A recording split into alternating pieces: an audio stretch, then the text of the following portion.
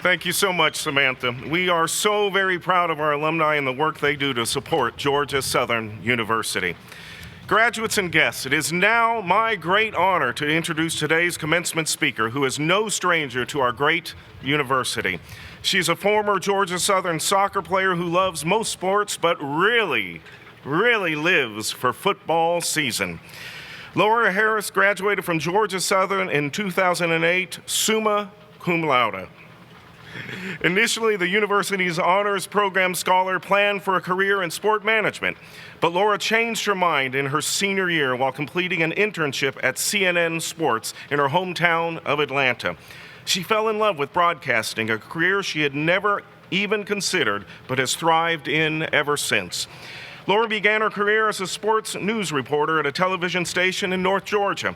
Stints as a television news anchor reporter in Charleston, South Carolina, and in Tampa, Florida followed. Today, she co-anchors a morning news show in Dallas-Fort Worth, Texas, the fifth largest television market in the country.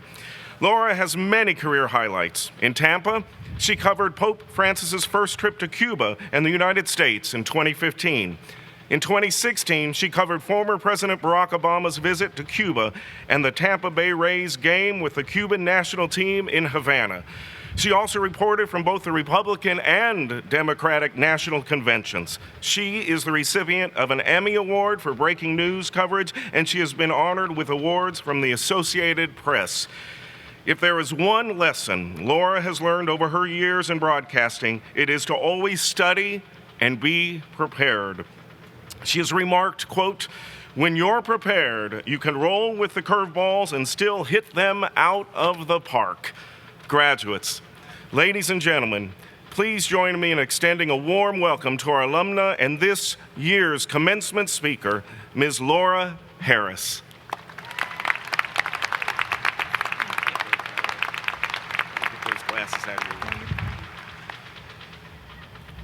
How is everyone today? We're better than that. It's not even raining out here. How are we doing today? Absolutely. It is my pleasure to be back in the prettiest little stadium in America. I can't tell you how excited I am to be here with you.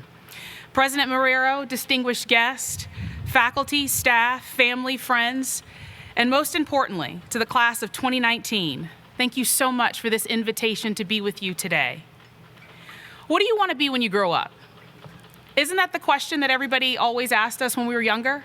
What do you want to be when you grow up? For me, it was a lawyer, a doctor, a this, a that. I wanted to be a lot of different things. And then once I left Georgia Southern, I was like, well, you know, maybe TV might be my thing. So that's what I wanted to be when I grew up. But I think once you graduate from college, once commencement is over, it's about who do you want to become? So many people think about graduation as the end of something, right? But this is truly the beginning for you. The beginning of a journey to finding who you want to be in this life, what you want to stand for, what legacy you would like to leave behind. Young men and women who are intentional about making a plan to reach a goal. You need to be in the business of being a blessing to those who do not ask you, but they need it. People on a quest to be problem solvers, not problem starters. People who understand that everyone deserves to be treated like a human being, no matter their nationality, their background, or who they identify as. Today is a day to celebrate, but also a time to let this fact sink in. You now have an undeniable responsibility. We live in a time where we need strong leaders. You know, my parents used to always tell me, if you don't stand for something, you'll fall for anything. What are you willing to stand for? Who are you willing to become now? When this life is over, what will people say about you? You know, much of college is spent with a bunch of other people, right? Your study groups, your sports teams. For me, it was being on the soccer team, fraternities, sororities. In that respect, I'm in Alpha Kappa Alpha Sorority Incorporated, very proud of it. And your roommates. I hear you. The point here is, after college, it's time to start taking that responsibility, taking the initiative, and setting the example. It's also time in life to realize that sleep is just overrated. It's overrated. excited. You don't need it, I promise. I say that, but you do need it. It reminds me of a time in soccer, when I was a freshman here at Georgia Southern, Coach told us that we were going to have breakfast club. And I said, oh gosh, that's so nice of her. We're going to have coffee and juice and bagels and all these awesome things and get to talk and meet my new teammates. Breakfast club was 5:30 in the morning and we ran. We ran and we ran and we ran. It was like a 5:30 party that nobody wanted to be at. But it's true about what they say. The early bird gets the worm.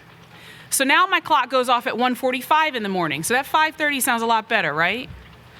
I'm at work by 2:30. We're on the air by 4:30. But before any of that happens, when my feet hit the floor, I make sure I always say, thank you, God, for bringing me here today. Thank you for waking me up this morning. Thank you for the opportunity to do what I love each and every day. Thank you for giving me the opportunity to make my better better. That's kind of the path to figuring out who you want to become. You find something you love to do, you don't have to work a day in your life. You're good on purpose. Victory comes when you succeed, when nobody's watching. When you wake up in the morning, instead of groaning, no matter how early you got to get up, instead you're saying, here I come, world.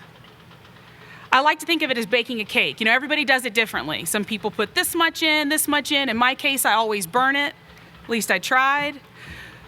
But it's about that ingredient about hard work, right? Dwayne "The Rock" Johnson always says, remain humble, remain hungry, and be the hardest person working in that room. You have to be that person. And while you're being that person, here's just a little reminder for you. Listen, it wasn't that long ago I was sitting where you were, class of 04. It's not that long ago. But now social media is a thing, right? It's like a thing. I bet all of you have been on Snapchat this entire time. I just want you to know none of that is real.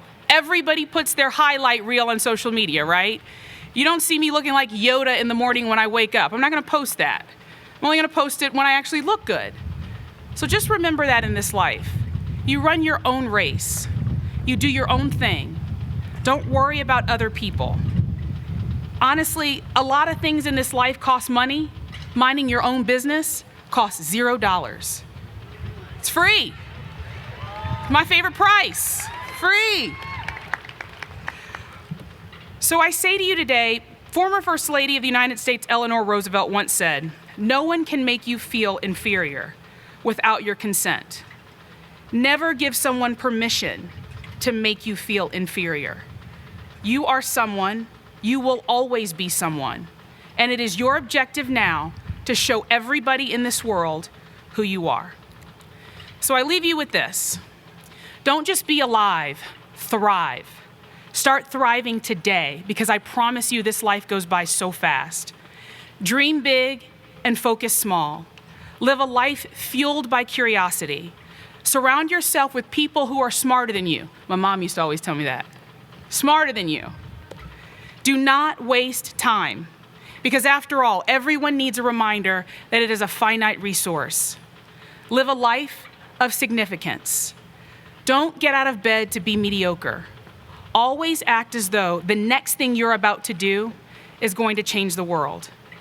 But above everything else, be yourself, because authenticity isn't just encouraged, but it is necessary. So now I ask you again, who do you want to become? You figure that out now and work towards that for the rest of your life. Thank you so much for letting me be here with you, and congratulations to the class of 2019.